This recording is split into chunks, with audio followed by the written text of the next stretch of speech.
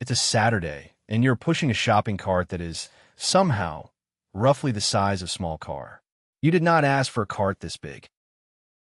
Inside it is a 48-pack of toilet paper, a rotisserie chicken, a tub of mixed nuts that weighs more than a small dog, and, for reasons you cannot fully explain, a kayak. You did not come in for a kayak. You came in for printer ink, which they do sell, but only, of course, in a 4-pack. And at the front of the store, before you even got the cart, a person standing beside a little podium checked a small laminated card with your face on it. That card cost you $65 a year to obtain, and it is the single most important object in this entire building. Almost everything about Costco, the chicken, the kayak, the gas pumps out in the parking lot, exists in a very real financial sense to make sure that you renew that card next year. Costco, the company, sold roughly $254 billion of merchandise in its most recent fiscal year. That is a genuinely difficult number to picture. So picture this instead. Out of every $100 Costco rings up at the register, it keeps as gross profit before paying its staff or its rent only about $11. $11 on 100 is, by retail standards, almost nothing. Walmart keeps around 24. Target keeps around 28. A normal grocery store keeps around 30. So Costco sells more stuff than almost anyone on earth, and on each individual thing it sells, it makes less money than almost anyone. Which raises one very reasonable question, the question this whole video is really about. If it barely makes a profit on the products, then where does the actual money come from? Part of the answer is a remarkable self-imposed rule. Costco, by company policy, refuses to mark up almost anything it sells by more than about 14%. On its own brand, 15%. A normal retailer marks goods up by 25, 40, sometimes 50% or more. Costco draws a hard line at 14%, even when something is flying off the shelf, and it could easily charge more. The co-founder, Jim Sinegal, guarded that ceiling almost like a religion, because the moment you let the markup creep up to 20, then 25, you have quietly become a normal, greedy store. And the whole spell, the deep, bone-level sense that this place is always automatically a good deal, breaks. The 14% cap is the thing that keeps the card feeling worth it. And then there is the treasure hunt. Costco deliberately rotates a small, unpredictable set of remarkable items through the warehouse. A fancy watch, a slab of prime beef, a piano, a kayak. There this week, gone the next. It manufactures a gentle urgency. If you want it, you had better grab it now. Which is exactly why the kayak in your cart is always, somehow, a slightly different kayak. Now, Costco has a second revenue line on its income statement, one that simply does not appear on Walmart's or Target's or any normal grocery store's books at all. It is called membership fees, and in fiscal 2024, it came to approximately $4.8 billion. The truly interesting thing about that number is not its size. It is its cost. Because the cost to Costco of issuing a membership card to one more human being is approximately zero. A sliver of plastic, a row in a database, and a person at a podium who is already standing there. Which means that $4.8 billion, almost all of it, flows straight down to the bottom line. Costco's total operating income that year was about $9.3 billion. So, and this is the part that takes a moment to truly settle, roughly half of the entire company's operating profit comes from the membership card. Not the toilet paper, not the chicken, not the giant tub of nuts, not the kayak, just the small laminated card with your slightly unflattering photo on it. Once you know that the card is the real product, the food court at the back starts to make a very particular kind of sense. Look at the famous rotisserie chicken. It has cost $4.99 since the year 2009.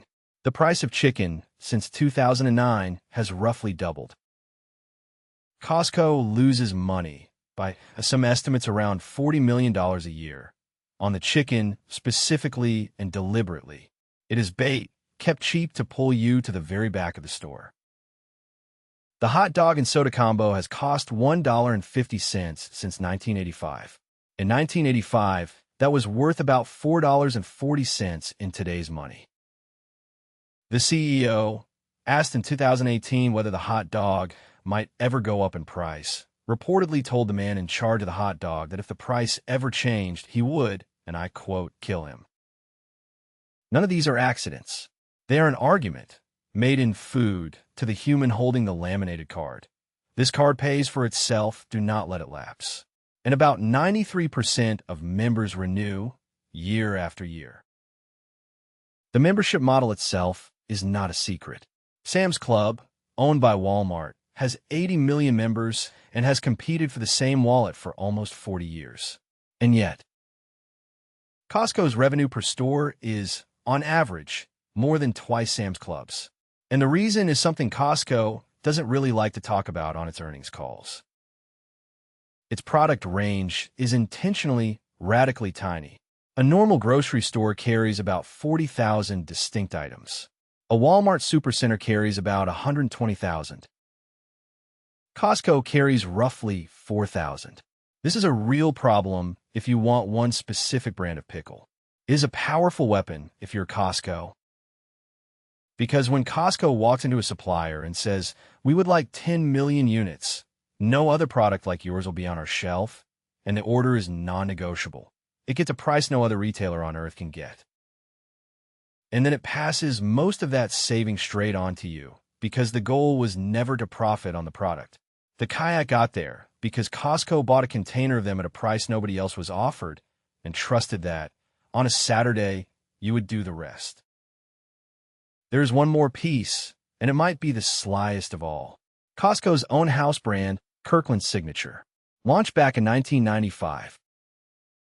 It has quietly grown into one of the single largest brands in all of America, selling something like $86 billion a year, roughly a third of everything Costco rings up.